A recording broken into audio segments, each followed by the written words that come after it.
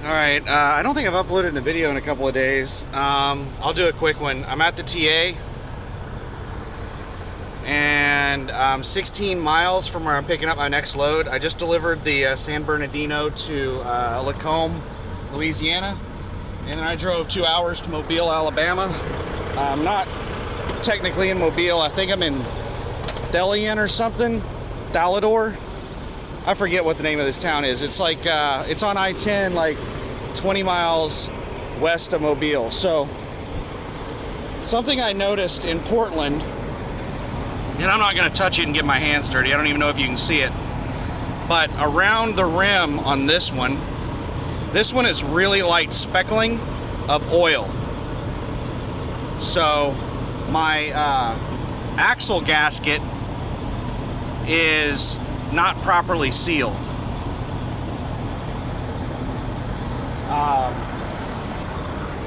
And it's on 2 tires. The other one over here is a lot worse.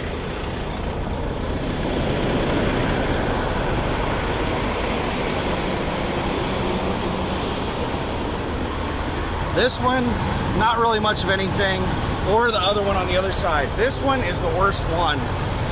You can actually see moisture on this one, and there's a lot of, a lot coming off as it's spinning down the road. This is incredibly dangerous. So I told them, since it's happening on 2 of them, I told them to just replace all 4. I just picked up this empty trailer. It had an issue, and they just serviced it like 2 days ago. Somebody pulled a screw out right there. But it passed inspection. It's got brand new brakes on the rear axle. They still got the stickers on them. It's a pretty solid trailer. So I get back in the truck. It's really loud out here.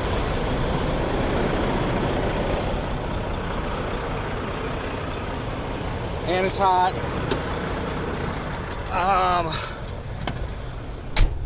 So they said that they're like, yeah, I'm not gonna be able to get you in till 12. And I'm like, damn, what time is it? Is it like, are you talking about noon or midnight? And he said noon. I was like, he said it's 11:30. He said it's 11:26 or something like that, 11:20. And I was like, oh, that's cool, that's cool. I'm here till like 5 a.m. tomorrow. So yeah, he's gonna get me in about 30 minutes, he said. And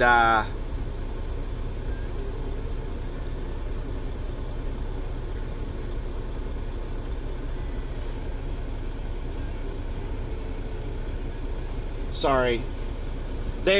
So they're doing it different than what all the other TAs have been doing. What all the other TAs have been doing is leaving me under USA Trucks account. And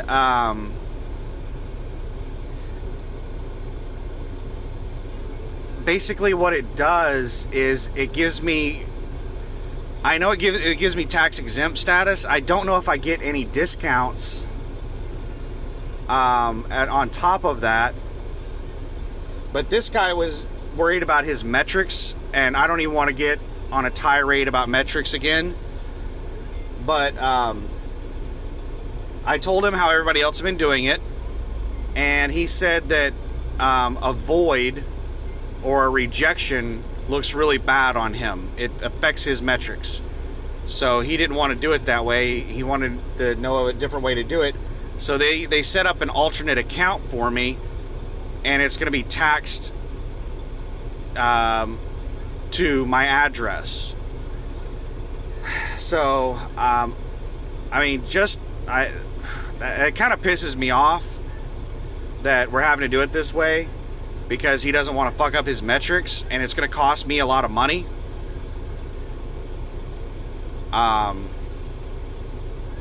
I hope I don't lose discounts on top of tax exempt.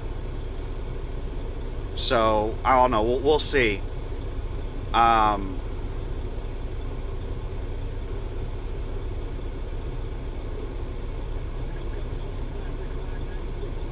don't know.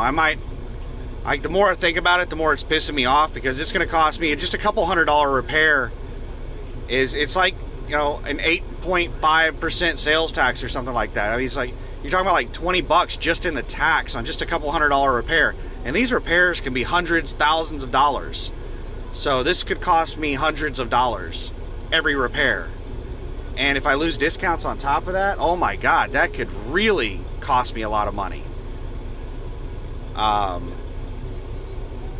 So I didn't get pissed off with them, but I'm getting pissed off thinking about it. And I was thinking about it in there when they were doing it, and I was just getting mad about it.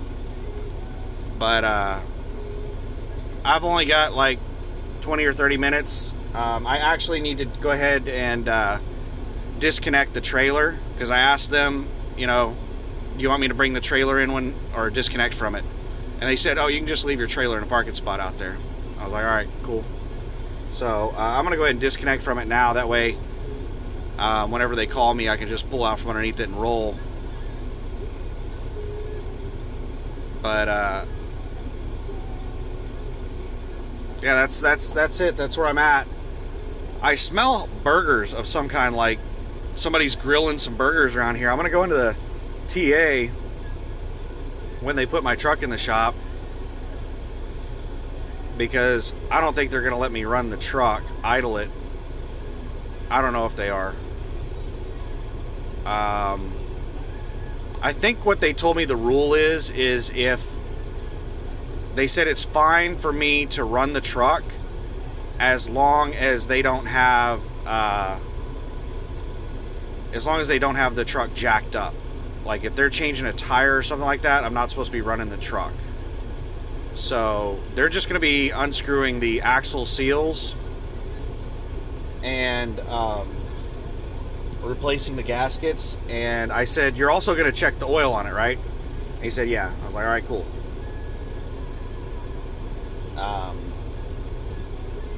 But that's something that's been scaring the hell out of me. Now, why is it so dangerous?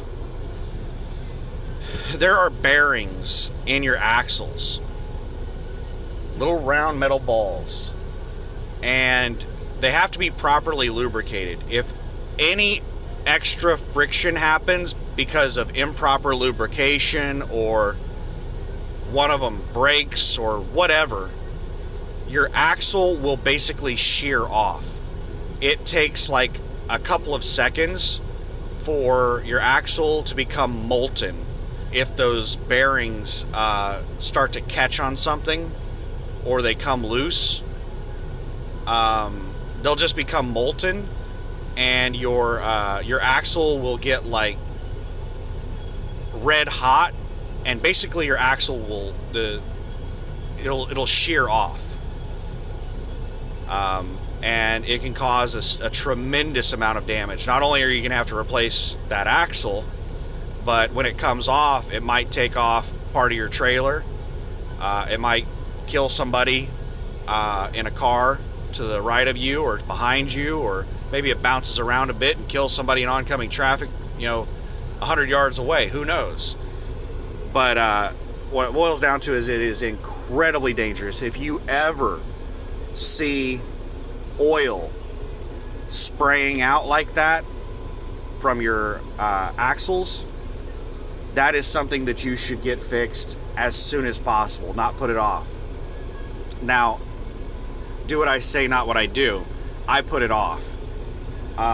It was a really, really, really tiny leak. It's still a really tiny leak. It's just kind of spraying a little tiny bit out.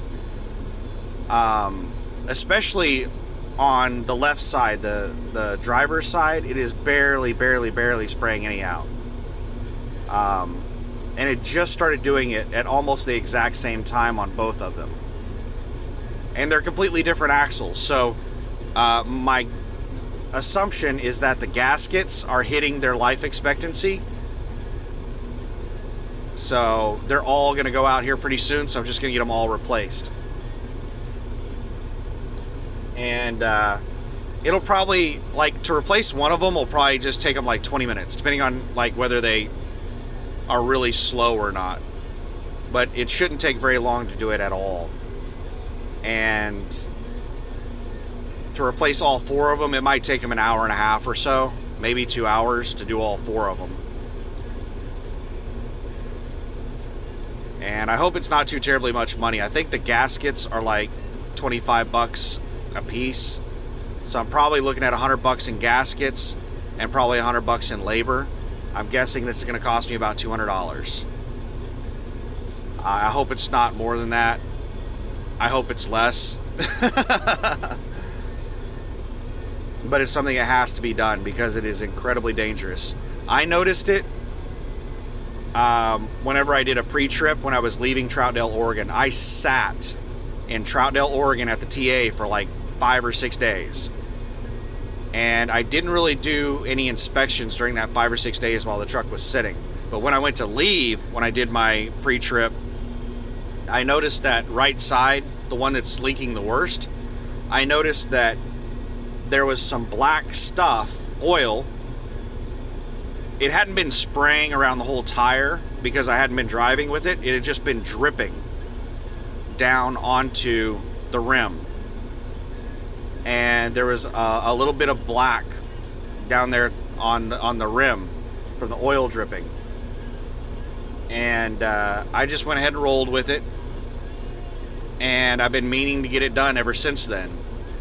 And I finally have an opportunity to get it done now. I have a day where I'm going to be setting. And part of the reason I picked the load that I did was so that I could get this done. I was like, you know what? That's the best load on the load board by far. Nothing else is even remotely close. I'm going to be pissed off if that load disappears and I have to pick from what's left. And it gives me time to get this this axle gasket issue fixed. Now, I thought it was like an axle seal, and he said it's called an axle gasket. So it's an axle gasket, and I told him I want all 4 of them replaced. You know, whenever you have an issue with like multiple, like let's say you have 2 injectors that are having issues. Me personally, I would get all my injectors replaced. If they'd all like were the original injectors and none of them had ever been replaced, and all of a sudden I started having issue with 2 or 3 of them, I would just have them all replaced. Because most likely the other ones are going to fail in a short amount of time if they haven't already started already. And same thing with this, on this axle seal issue. I have 2 of the 4 that just started leaking within the same week. So I'm just going to get all 4 of them replaced because the other 2 are probably going to start leaking at any time. But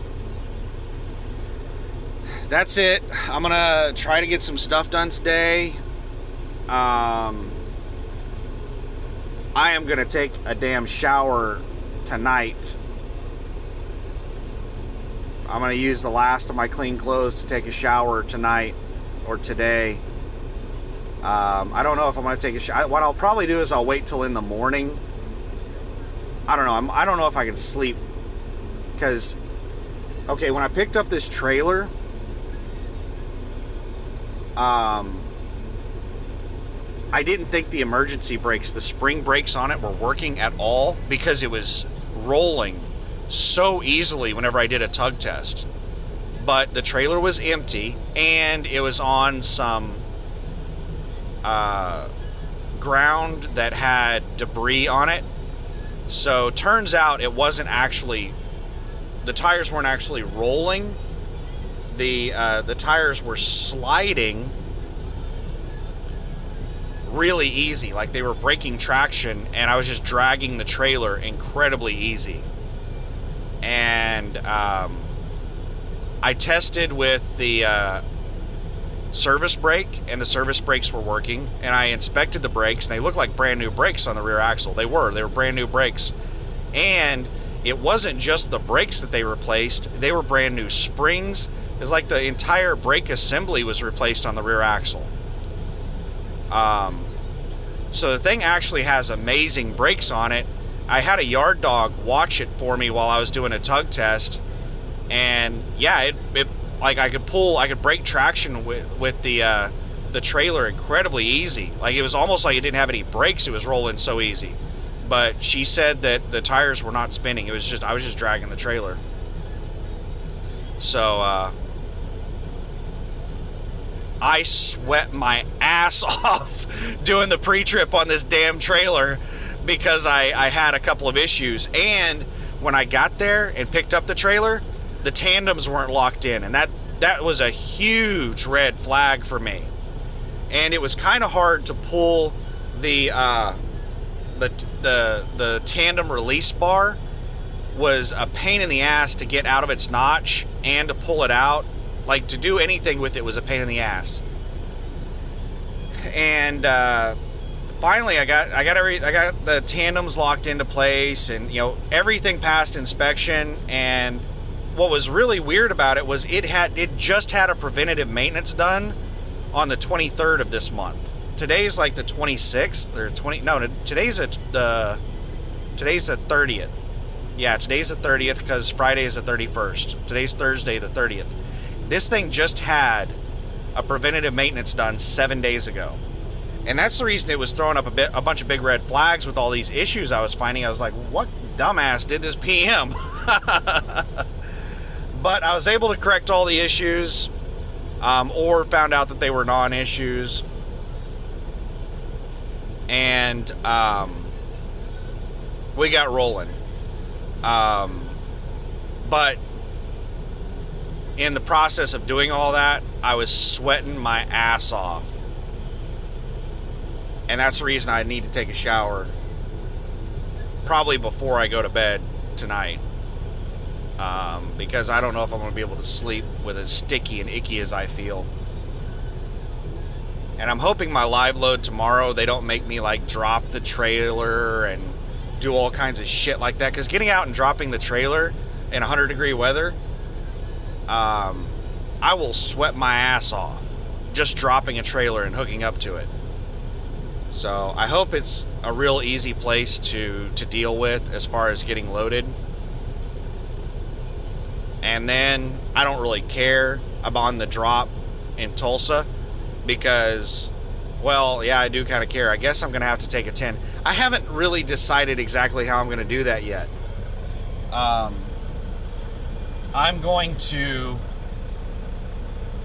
like the load I have, I got him. He's dead.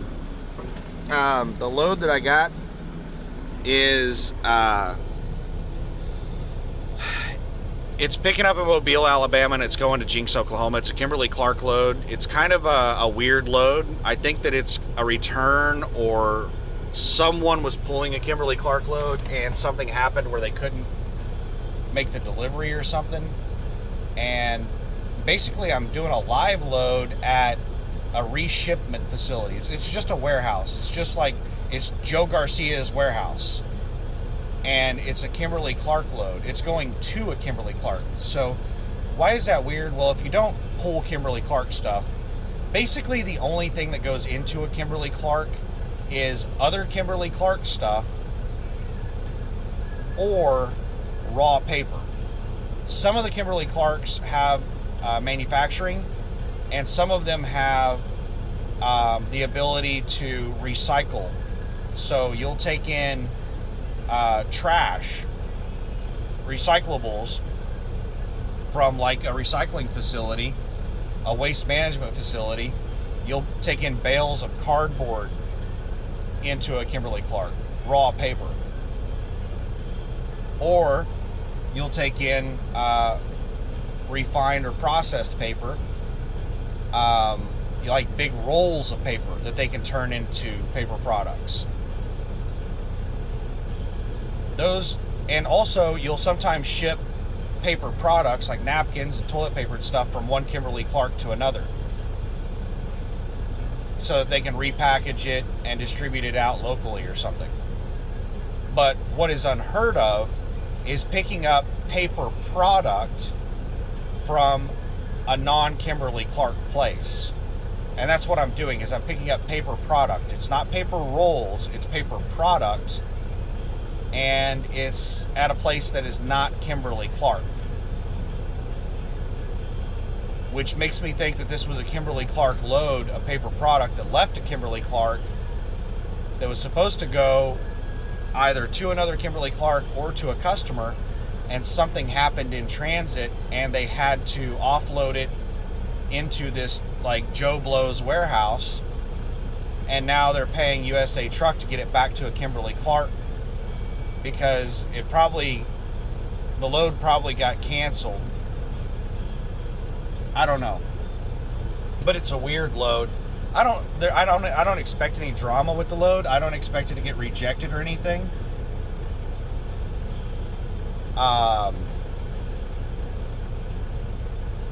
Because I'm delivering it to a Kimberly-Clark and it's a drop.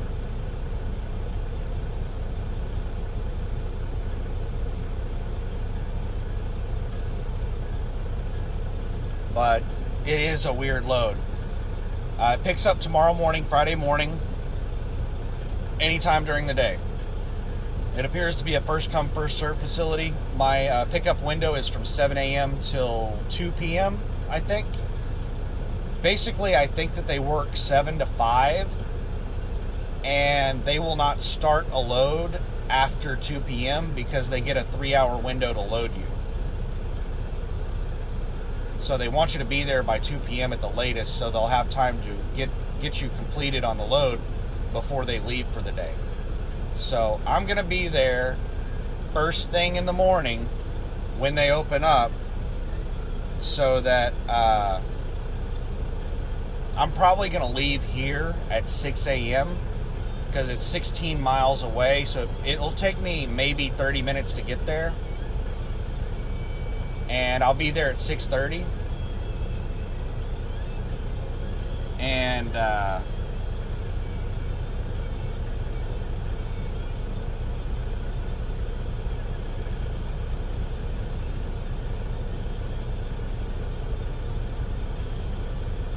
sorry, I'm just watching Landstar try to get all the kinks out of the air hose. He's trying to put air in his tires. He's having a hell of a time doing it.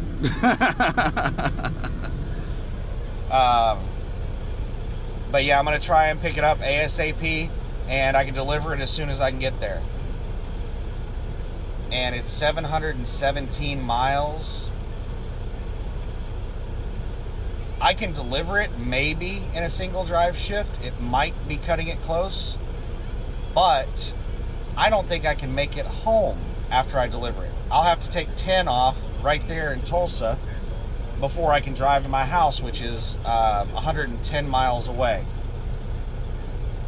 And that sucks. So I'm still undecided what I'm going to do. Most likely what I'm going to do to keep all of my, as many options available as possible is I'm going to deliver it as fast as I possibly can and just see how much extra time I have.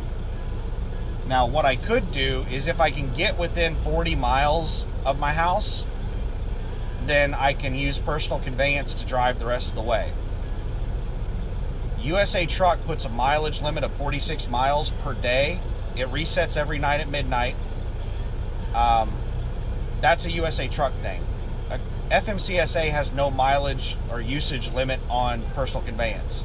As long as it's not being used to move a load, you can use personal conveyance as much as you damn well please. But because of the 46 mile limit, I can't use it to drive from Tulsa to my house. If I have enough hours that I can get within 40 miles of the house, then I can use personal conveyance to finish. It's something I'm going to have to figure out when I get there.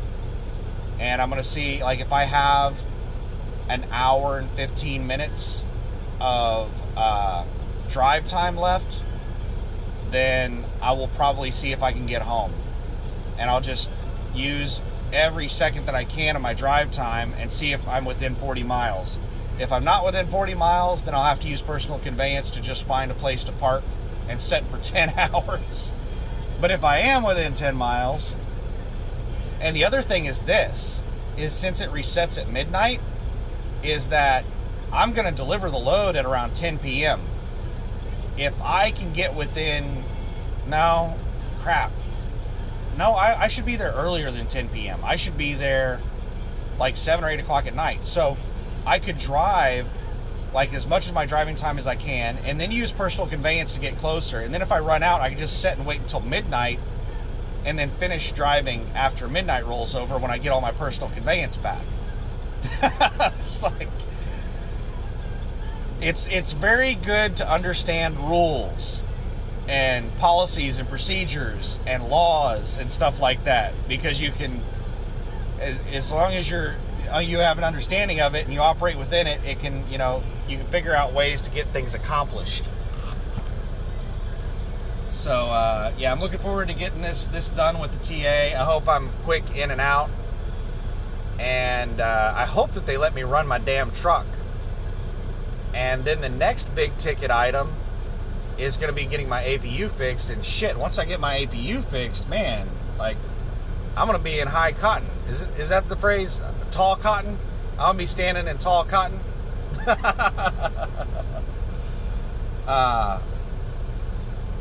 So yeah, and this week is looking like it's going to be about a $5,100 a week gross to me. And after all expenses and everything, I don't know what exactly it would be. I probably spent $2,000 in fuel. Maybe. I don't know exactly how much I spent in fuel.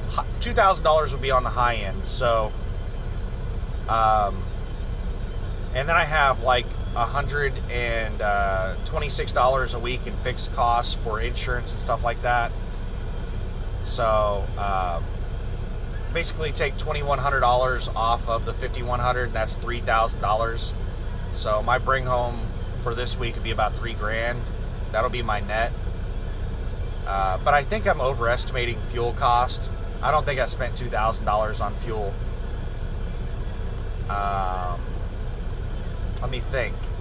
I spent $600 in Ontario, and I filled up before I went to Tracy, and that fuel got me all the way to Wilcox, Arizona, where I put in like $300, $300 or $400, so we'll say $1,000. And then I fueled up in San Antonio. I topped off from a half a tank, and it was 100 gallons at $2 a gallon, so $200. So maybe $1,000, $1,200 worth of fuel, somewhere in that area. So it's probably like half what I'm estimating. It's probably like $1,000 in fuel, because I put 150 gallons in. No. I put a full 200 gallons in at Wilcox, Arizona at $2 a gallon. So that was $400 plus about 600. That's 1,000 plus 200, $1,200. Yeah, I spent almost exactly $1,200 on fuel. So take off 1,200 plus another 130, $1,330 off of $5,100. So that'd be what, 4,100 minus 330. So that's 3,800. So 3,770. If my math off the top of my head is correct, $3,770 was my bring home for that week on a $5,100 week. If you had a truck payment, you'd have to take out, I don't know, whatever your truck payment is. $500 is a pretty average truck payment. So $3,270 if you had a $500 truck payment. I don't have a truck payment though. But anyway, I'm gonna wrap up this video. Thanks for watching. Have a good one. And I'm gonna try to get a whole bunch of crap done, and then I'll get in here, do this service and all this stuff. So thanks for watching. Have a good one. Bye.